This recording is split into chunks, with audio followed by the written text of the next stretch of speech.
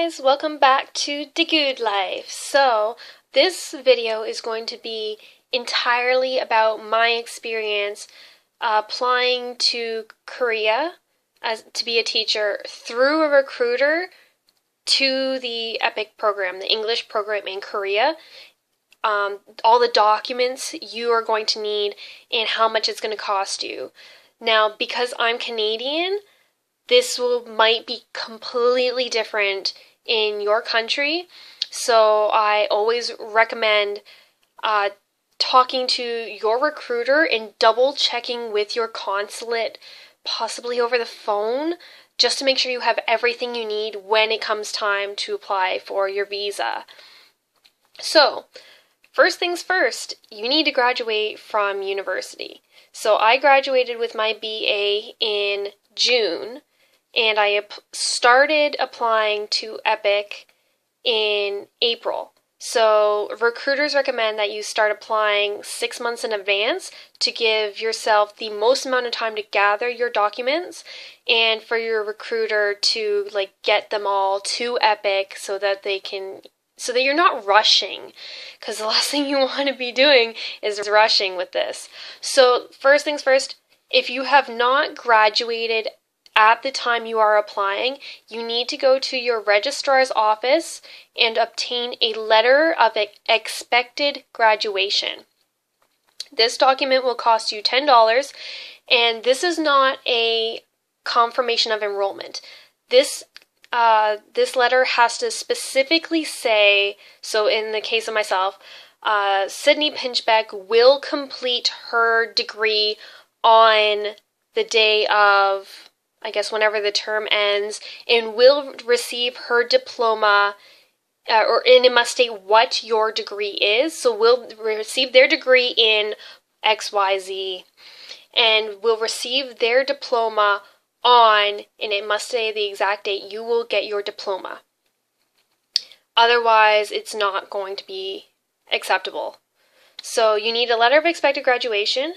You need 2 letters of recommendation from either 2 professors or 2 professionals who have known you for at least 1 year. So it can't be a prof you had for 1 term whose office hours you went to a couple times.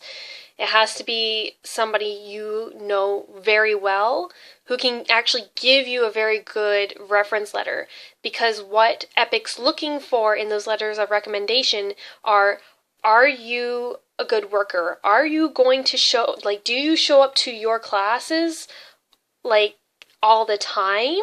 Are you punctual? Do you do your work? What are your grades like? Because the school system in Korea is entirely merit-based. It's all about your final marks.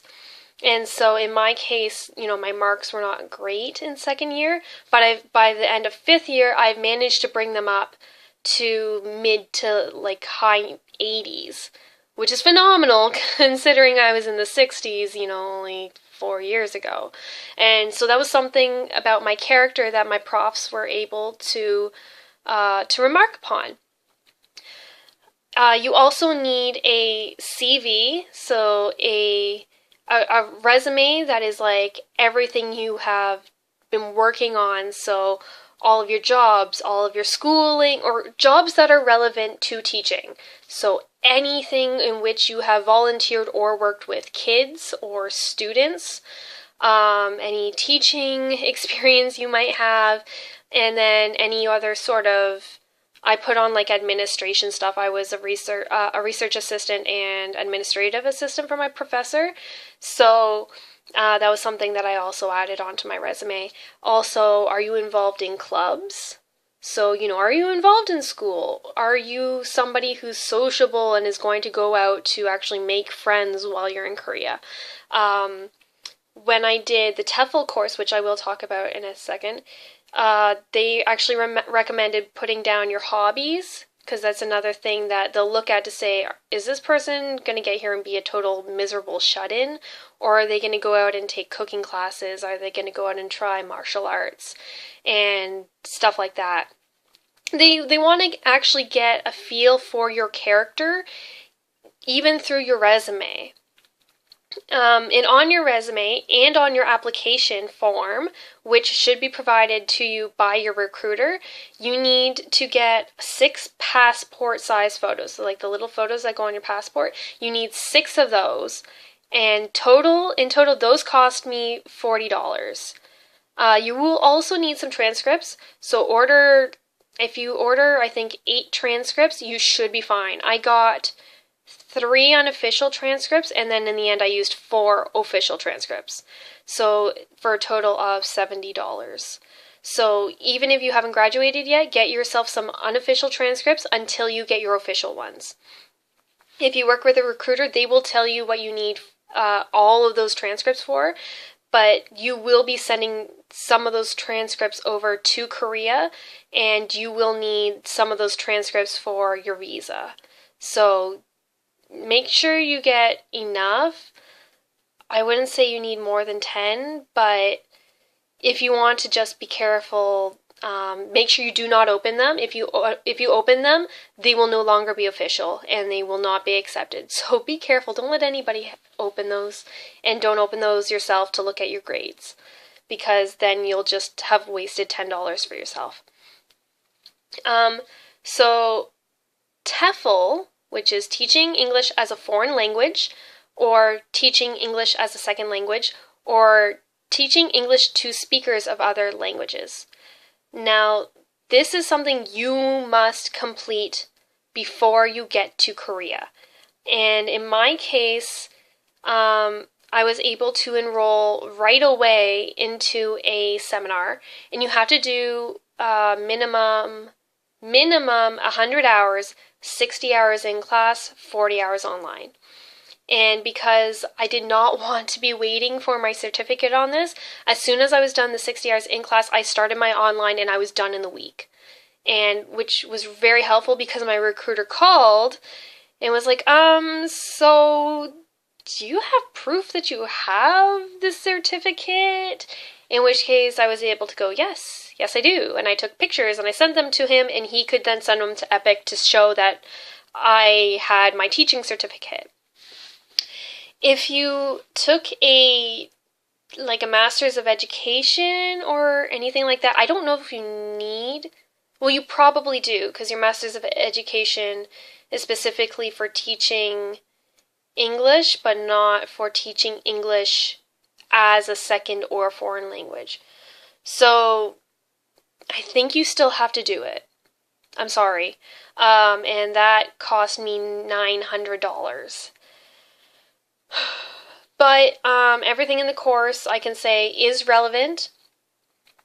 For myself, because I have an applied language studies minor, a lot of what we talked about in class for me was review, and it really sucked. But you cannot skip class or else you will not get your certificate.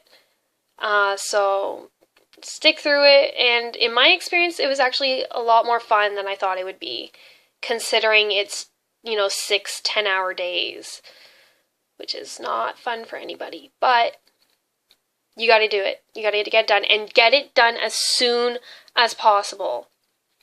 They say you don't need to have it until July, but do it as soon as you can. Find the soonest seminar and get it out of the way. You do not want to be waiting on that.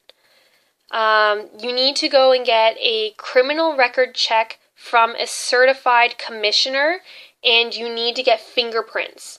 This is not go to a police station and, just fill out a form like I did, and it turned out to be a waste of my time.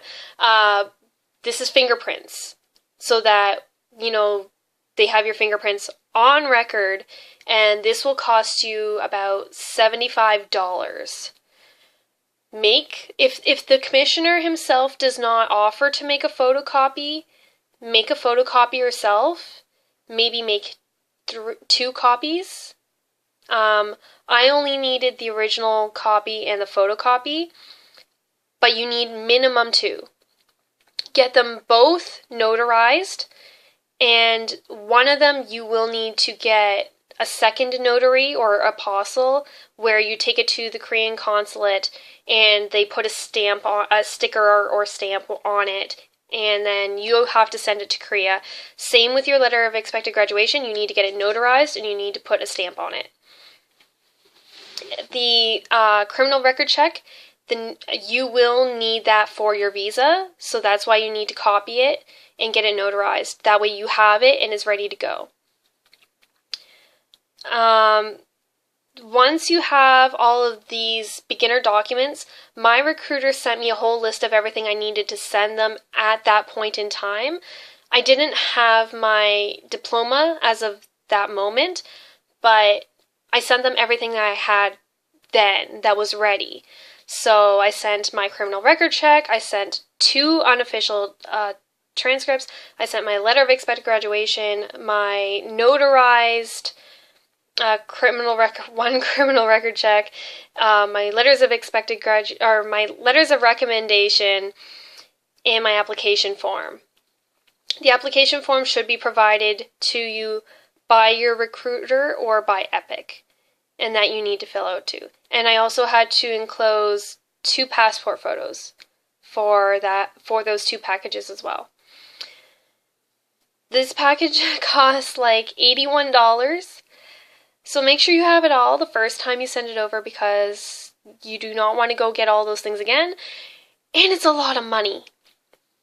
So the second time, once I had everything else I needed, once I had my diploma and like my official diploma, and I could get a photocopy, get it notarized, make a copy of it, and then you had to go get it you need to get it notarized again, like a second notary or apostle, and you had to send it to Korea, along with official transcripts. And so then I sent this tiny, tiny little package for another $81. So in total, FedEx International, like overnight, cost me $161.96. That was so expensive.